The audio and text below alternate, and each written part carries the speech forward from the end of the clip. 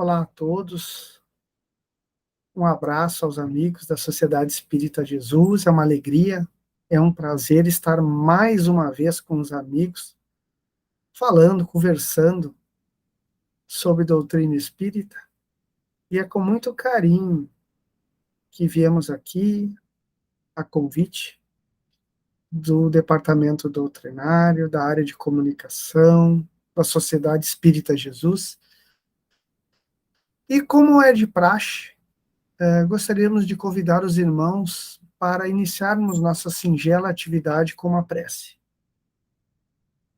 Pai amado, elevamos o pensamento a Ti na busca do aconchego, do amparo, pedindo a inspiração amiga, a intuição confortadora, a vibração amorosa. Que possamos todos debatermos a respeito da doutrina que consola, eleva e educa, nos transformando em homens de bem, em espíritos regenerados que habitarão esse mundo novo que se avizinha, o planeta Terra regenerado. Que possamos agora, que professamos o Consolador prometido, sermos úteis à nossa sociedade, nos modificando ao mesmo tempo que transformamos a coletividade para melhor, para uma sociedade que garanta as ferramentas para que todos os indivíduos possam prosseguir, evoluindo, crescendo, se melhorando e tornando-se homens de bem, sempre sob a tutela amorosa do Cristo, nosso mestre, nosso amigo, nosso guia e modelo. E assim, felizes pela oportunidade recebida, pedimos a permissão de darmos por iniciado nossas atividades virtuais de hoje. Que assim seja. Então, meus amigos, a convite, né, dos nossos irmãos, o tema de hoje, que fomos convidados a debater com os irmãos,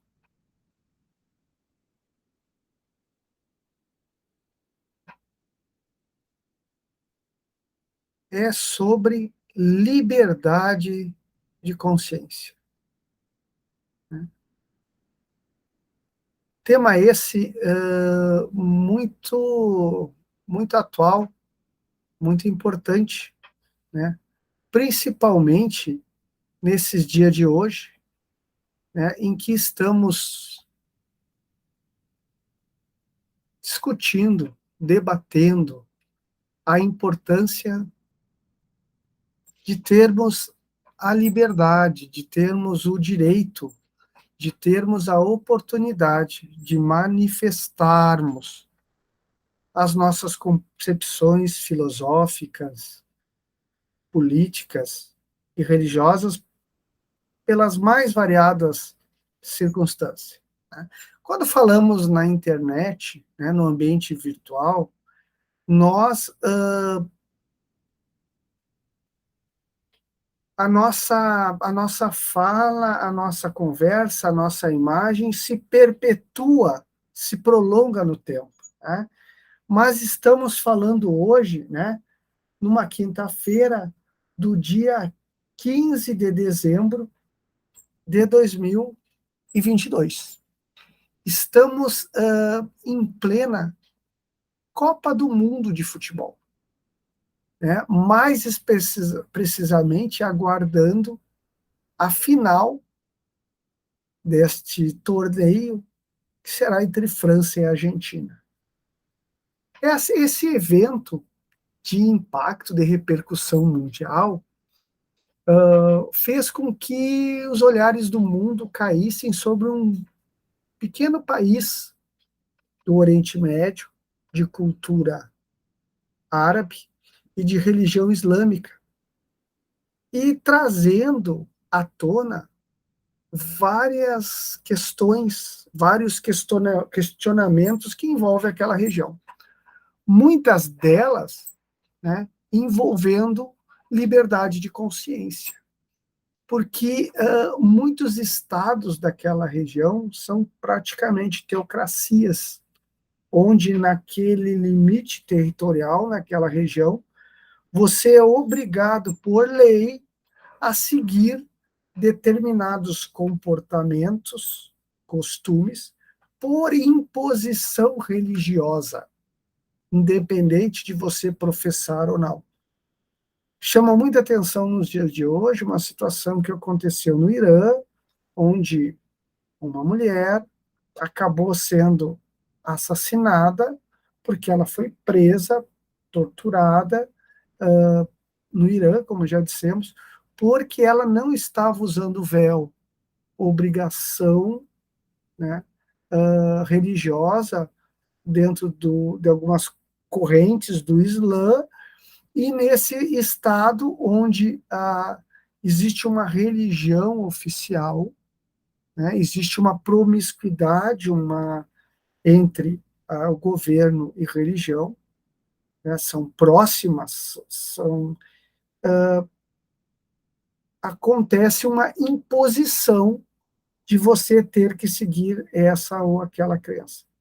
Então, esse debate tem tomado conta das redes sociais, dos meios de comunicação, e talvez tenha motivado a escolha desse tema por parte do departamento doutrinário e da área de comunicação da Sociedade Espírita Jesus, né, e nos tenha suscitado debater sobre isso. Agora, vários países ao longo da história tiveram religiões oficiais, né, e impuseram determinados comportamentos, crenças, ritos. Então, essa liberdade de consciência é algo relativamente novo na nossa história. É algo recente. E que mesmo quando oficialmente é uma regra, é um costume, é uma lei, é uma norma, na prática, às vezes, nós não vemos acontecer. Nós vemos dificuldade nisso se manifestar. Porque é uma mudança, é uma transformação que precisa do seu tempo para ser realmente vivenciada na sua plenitude. Bom, antes da gente entrar na visão espírita de liberdade de consciência, é importante a gente unificar conceitos, né? Então, o que se entende por liberdade de consciência? Não é incomum usar como sinônimo liberdade de consciência para liberdade de crença ou liberdade de religião. Não, são coisas muito próximas, mas não são necessariamente sinônimos, coisas iguais. A liberdade de consciência ela tem um conceito um pouco mais amplo, embora ela seja conceitualmente mais utilizada na questão religiosa, de crença, mas ela tem um conceito um pouco mais amplo do que liberdade de crença. Segundo Miranda, Jorge Miranda, né, em manuais do direito, a liberdade de consciência apresenta como um conceito amplo, mais amplo do que liberdade de crença, né, indo além da liberdade religiosa, mas engloba o direito de você professar a sua crença, seja ela religiosa ou não, né. Na prática, é o direito de você professar sua crença, sua visão religiosa, política e filosófica, sem ser reprimido, tendo liberdade de expor o seu pensamento, a sua visão de mundo, seja ela filosófica, política ou religiosa. No Brasil, né, de acordo com a Constituição Federal de 1988, a Constituição Cidadã, o Brasil se torna um país laico. Não foi sempre assim, né? Quando a gente vai ver na época do Império, né, do século passado, na época onde o Espiritismo se manifestou no mundo, o Brasil tinha uma religião oficial.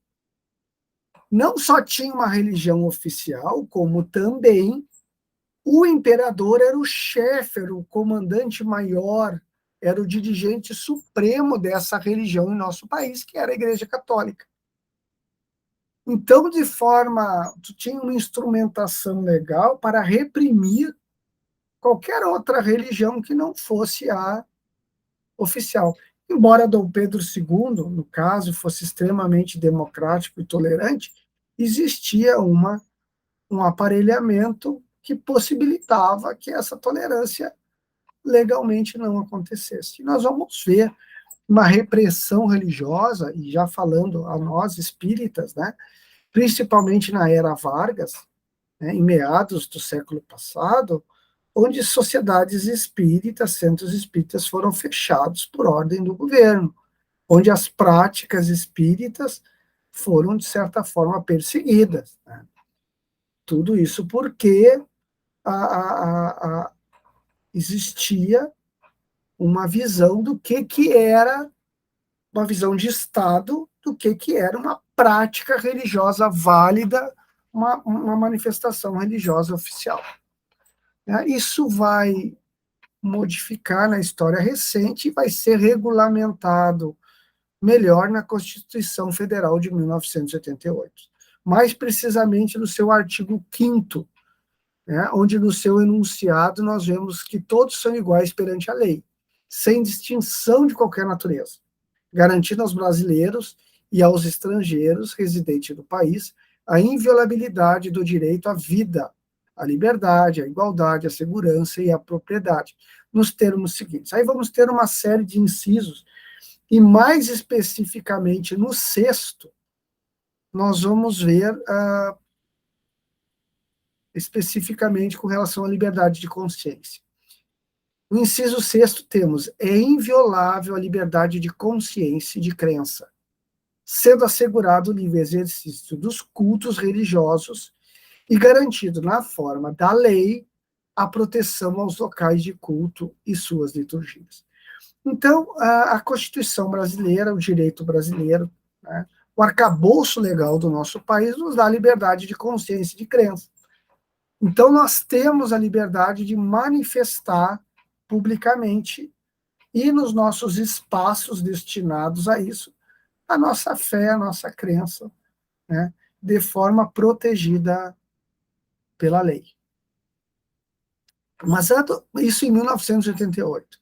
Mas a doutrina espírita, lá em 1857, quando foi publicado o Livro dos Espíritos, já Allan Kardec perguntava aos espíritos superiores a respeito da liberdade de consciência. É muito importante, é um tema muito caro aos franceses, porque um século antes, né, nós tivemos a Revolução Francesa, onde a bandeira, o mote desse movimento ocorrido na França era liberté, égalité e fraternité. Liberdade, igualdade e fraternidade. Onde se buscava uma sociedade mais fraterna, mais justa, mais igual, mais humana e irmã entre os cidadãos, né? Em oposição a uma sociedade bastante estratificada, né, que era a sociedade francesa na época, onde a nobreza e o clero exploravam e tinham uma série de direitos a mais do que a burguesia e a população de uma maneira geral. Mas várias coisas aconteceram, inclusive na própria França após a Revolução Francesa. Então, a época de Kardec, em que foi publicado o Livro dos Espíritos, né, uma monarquia voltou a tomar conta da França e que professava uma religião oficial que era a religião católica.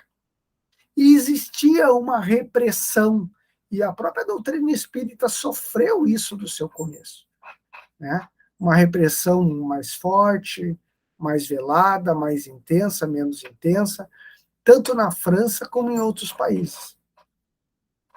Então, Kardec vai perguntar, na questão 835, aos espíritos: a liberdade de consciência é uma consequência da liberdade de pensar? E responder os espíritos: a consciência é um pensamento íntimo, que pertence ao homem, como todos os outros pensamentos. Então, a liberdade de consciência, né, ela resulta da própria consciência, que é um estado íntimo adquirido pelo espírito, né?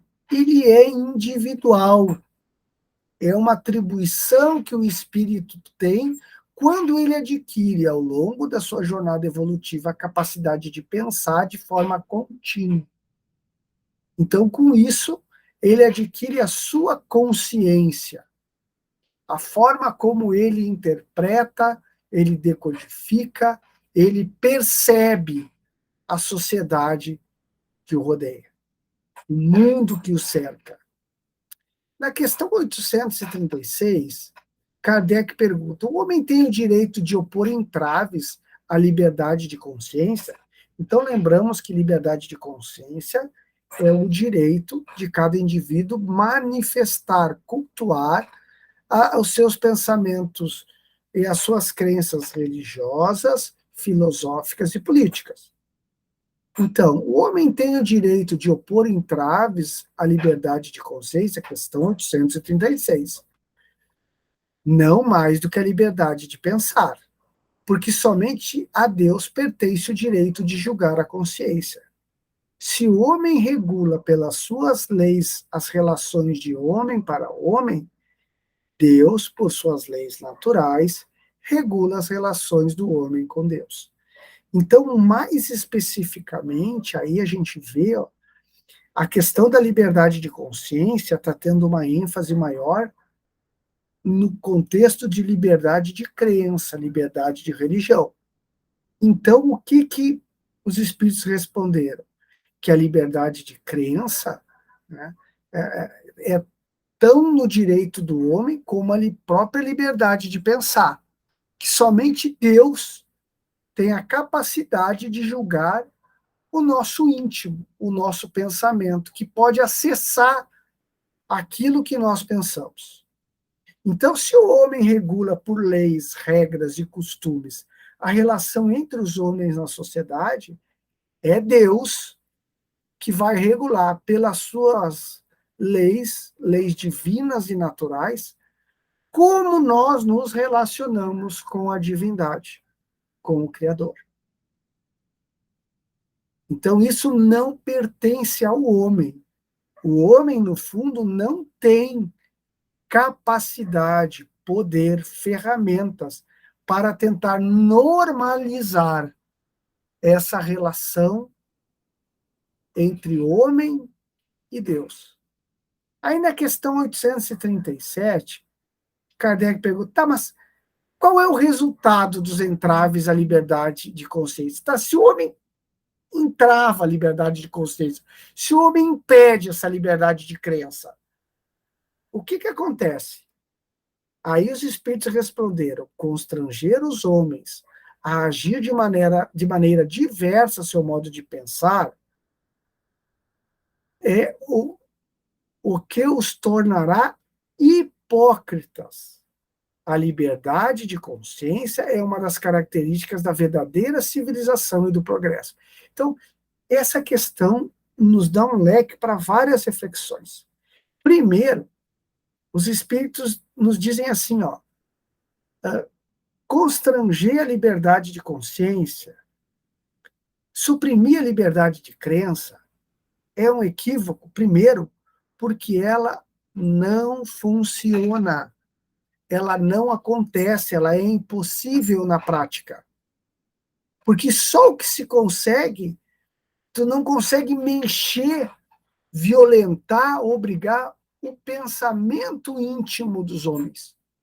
O que vai acontecer é que eles vão agir como hipócritas, vão representar um papel, fazer de conta que acreditam ou cumprem aquele rito, sem no íntimo estar envolvido com aquela religião, aquele costume que lhe está sendo imposto. Isto vai só fazer com que esses homens representem um pensamento, um personagem, teatralizem essa fé imposta, tornando-os hipócritas. Então, ela não funciona e ela gera um outro problema, que é a hipocrisia, que é o ser humano não ser autêntico, verdadeiro. No segundo momento, os espíritos afirmam que a liberdade de consciência, que é o direito de você se manifestar as suas crenças, as suas visões religiosas, política e filosófica, é uma das características da verdadeira civilização e do progresso. Então, uma das ferramentas que a gente pode medir a evolução de uma sociedade é pelo grau de liberdade de manifestação que ela permite ter no seio da sua civilização. Então, quanto mais plural ela é, permitindo essa variedade de crenças, de filosofia, de partidos políticos, de visões ideológicas, mais evoluída ela é. E como melhor ela convive com essa diversidade, mais progresso ela apresenta. E olha, os espíritos vão falar isso em 1857.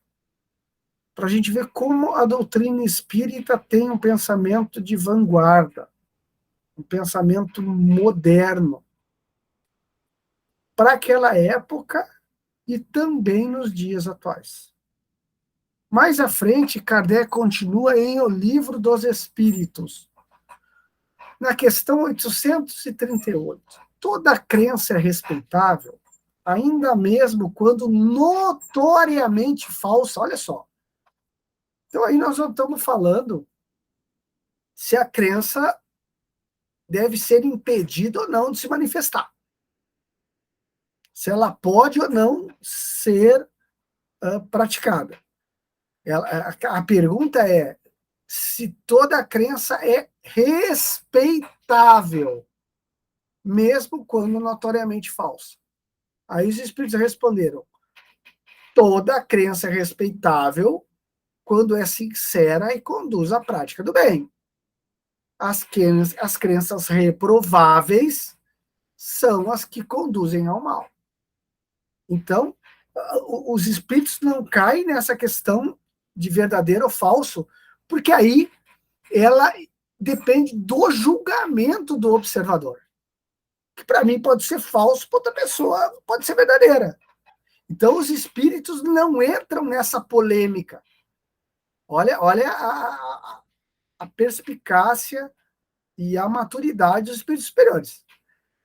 Eles respondem assim: ó, toda crença é respeitável quando sincera, quando ela é verdadeira e quando conduz à prática do bem.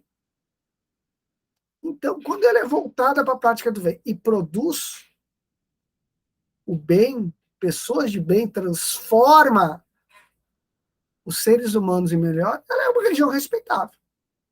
E ela é reprovável quando conduz as pessoas ao mal.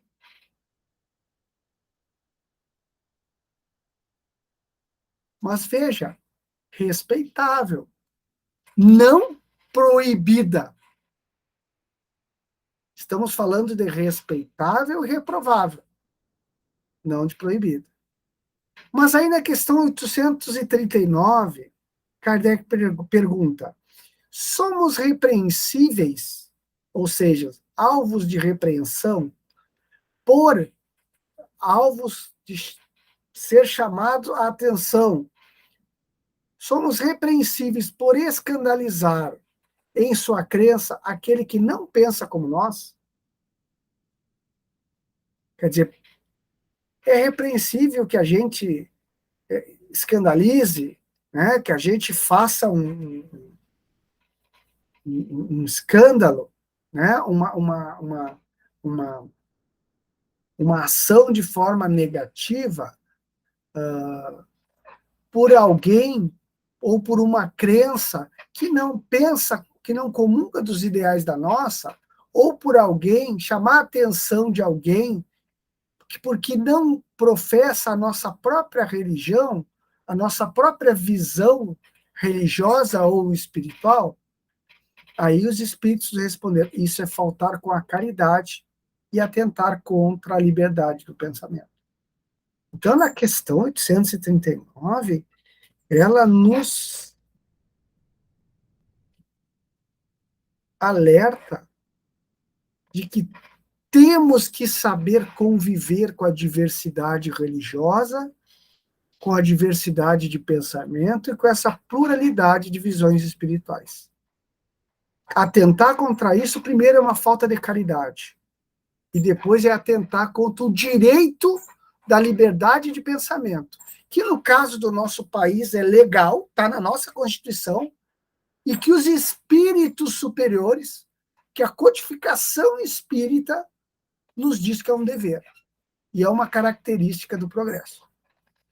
Então, nós vemos, né, e nós espíritas, mais do que muitos, entendemos pela lei do progresso que nós somos criados simples e ignorantes. Temos números de reencarnações diferentes e aproveitamentos, graus de aproveitamentos da nossa encarnação na Terra. Uns têm mais, reencarnaram mais, outros reencarnaram menos, uns aproveitaram mais, outros menos. Então, a nossa capacidade de manifestar nossa fé, de interagir com Deus, de interpretar os fenômenos espirituais que nos rodeiam, é diverso, é variado.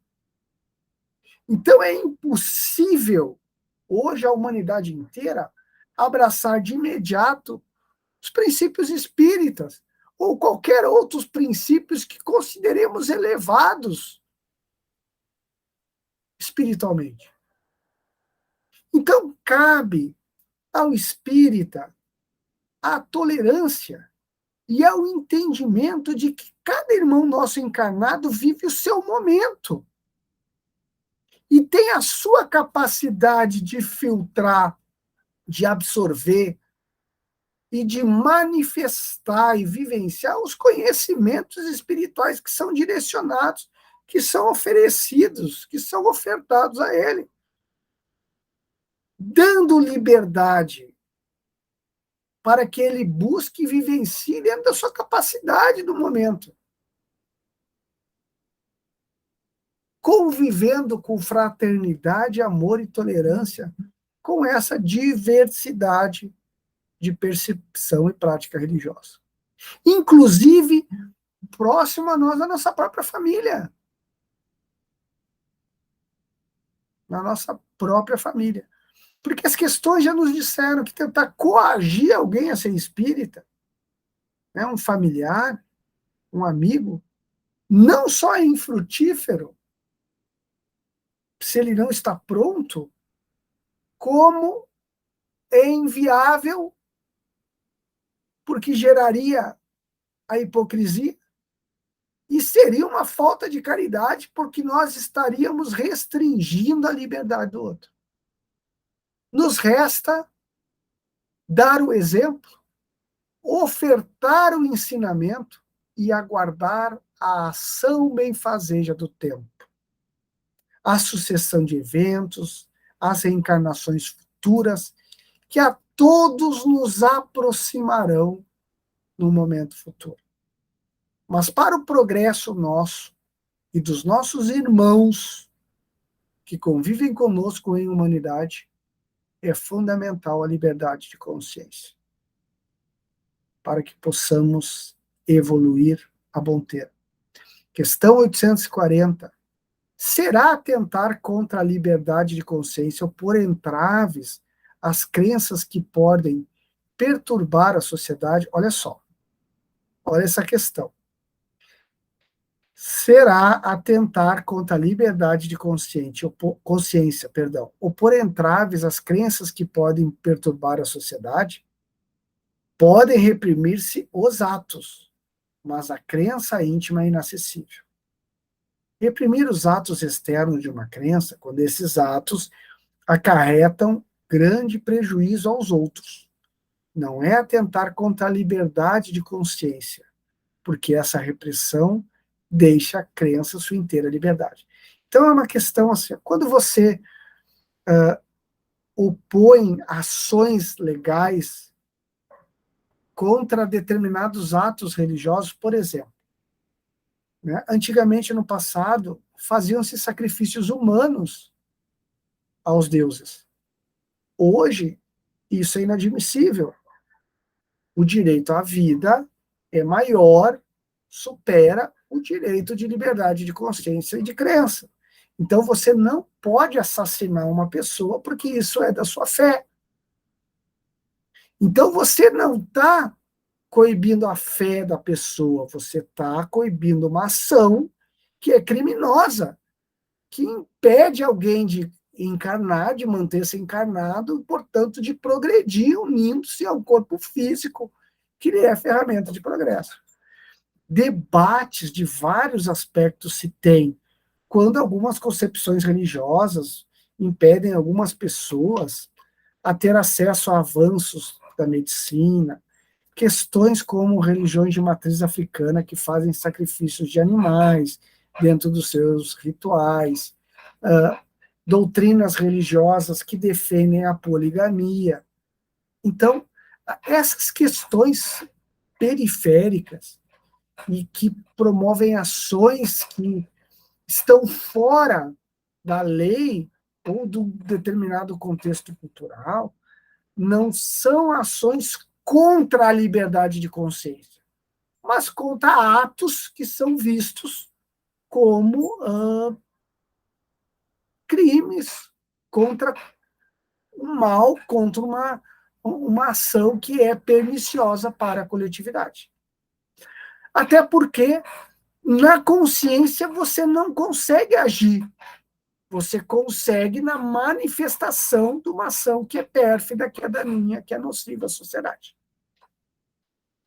Isso que nos argumentam os espíritos superiores.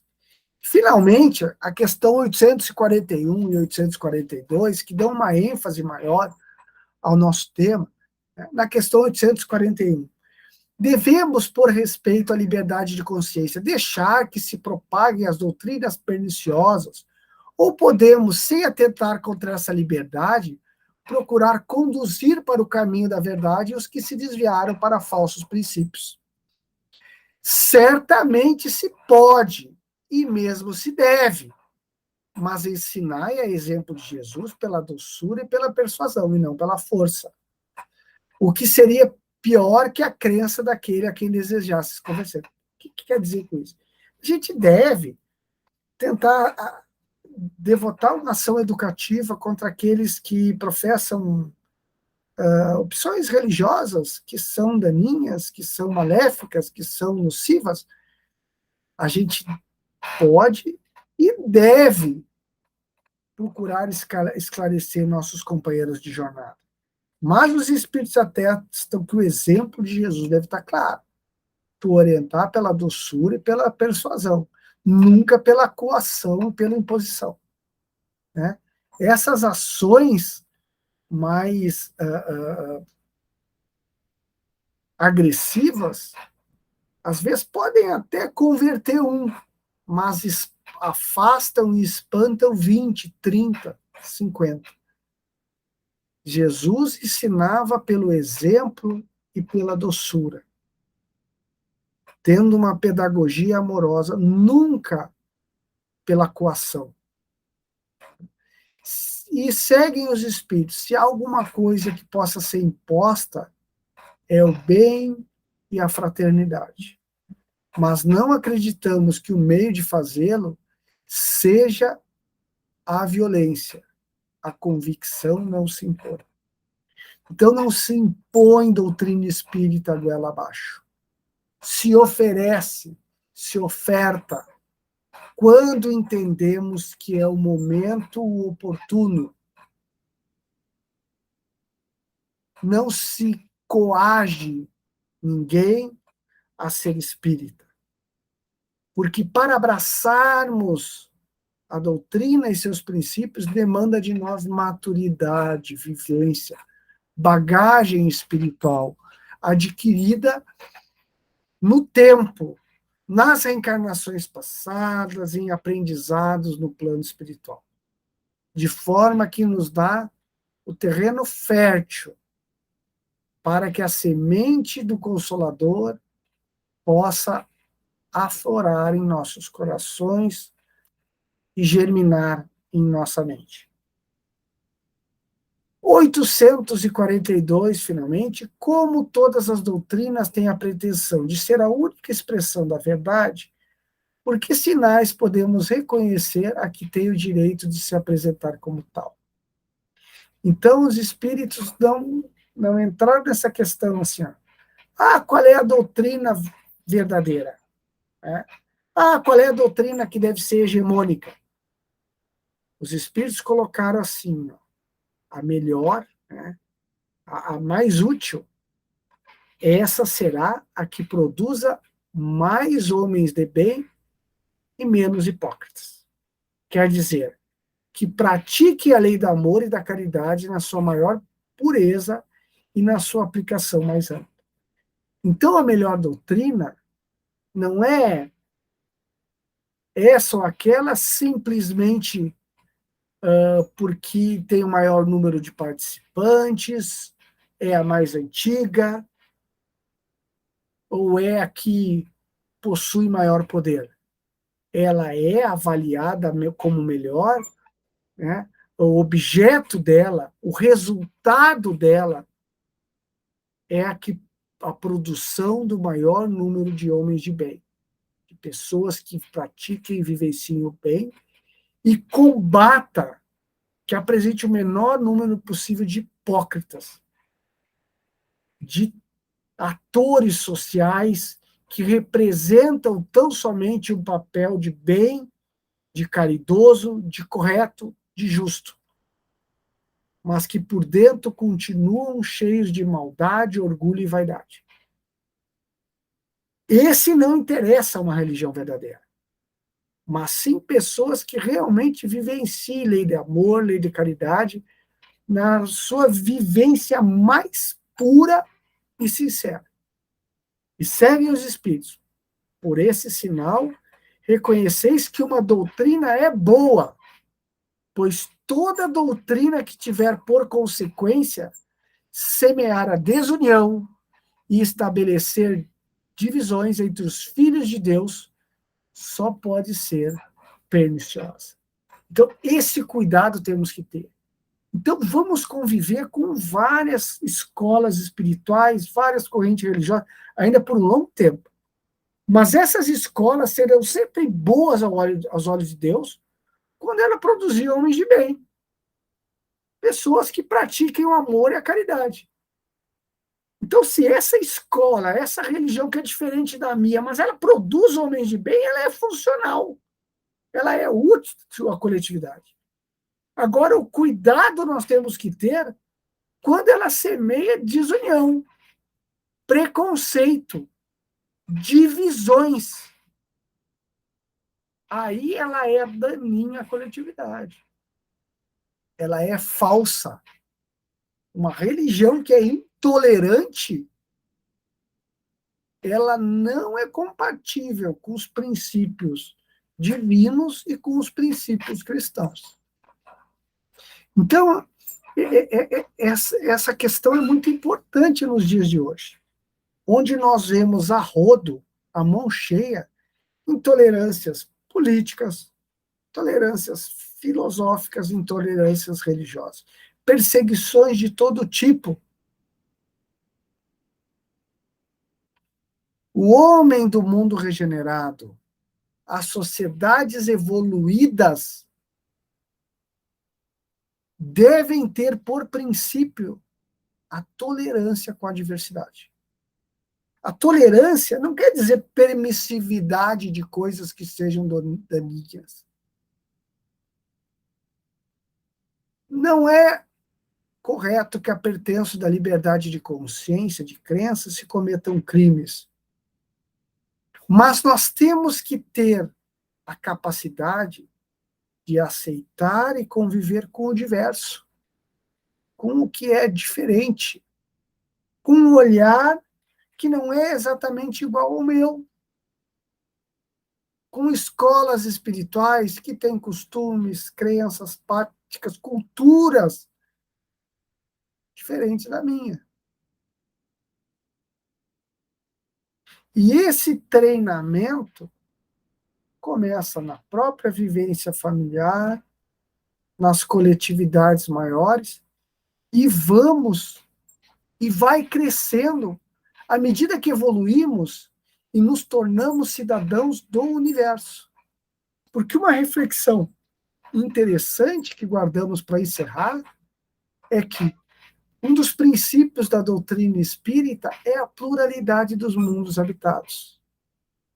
O que quer dizer isso?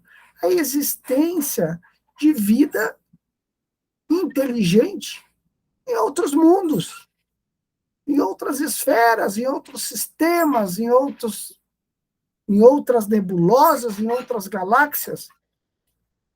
Ora, como nos candidatarmos à angelitude, a essa cidadania universal, onde lidaremos com diversidade ainda maior, se não conseguimos conviver com diversidades menores dentro da nossa própria espécie, do nosso próprio globo?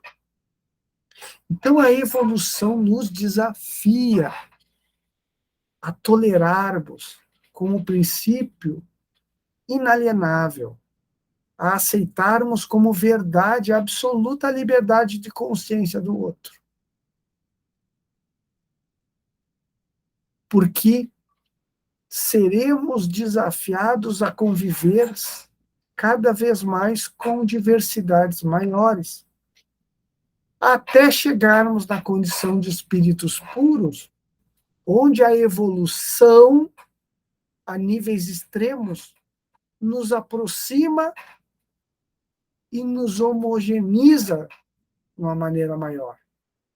Mas até lá, para sermos puros, teremos uma capacidade de tolerância e de aceitação quase que infinita, até chegarmos e para chegarmos nesse conceito. Então, fica essa reflexão.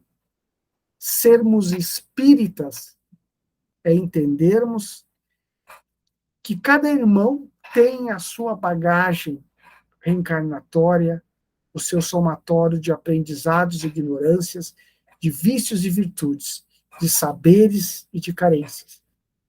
E esse irmão tem o direito de se manifestar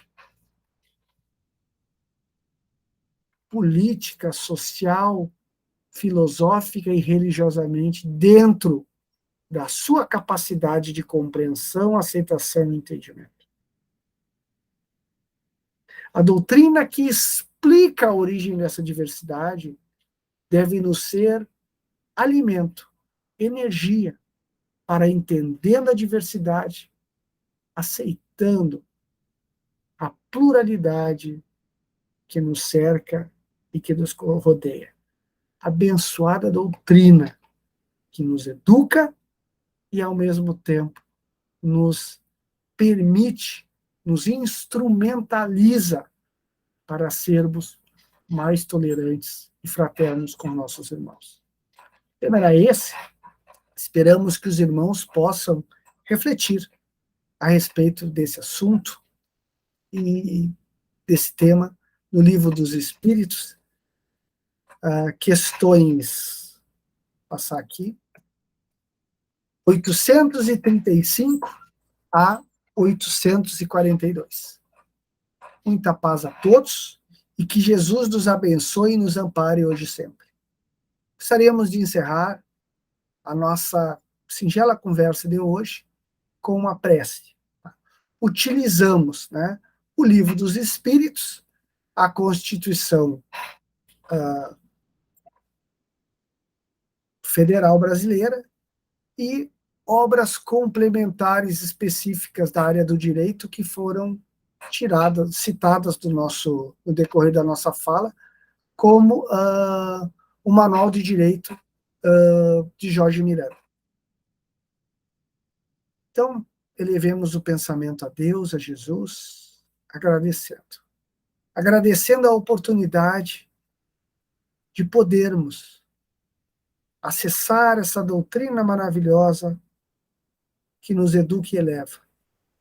E que possamos todos progredirmos com liberdade para termos o máximo de aproveitamento nessa encarnação e outras existências futuras, e caminharmos a passos largos uma progresso e elevação rumo a Jesus e rumo ao Pai. Que possamos, nessa existência, sermos mais fraternos, tolerantes e amorosos, construindo sociedades mais justas e relações mais amorosas e solidárias. Gratos aos espíritos superiores por nos inspirarem nesses momentos e nos intuírem nas nossas tomadas de decisões, sempre nos inspirando bons pensamentos, pedimos a permissão para darmos por encerrado nossa reunião de hoje. Então, agradecemos aos nossos amigos por esta oportunidade de hoje, e com a permissão do alto, com a permissão dos nossos mentores, gostaríamos de dar por encerrada a nossa reunião.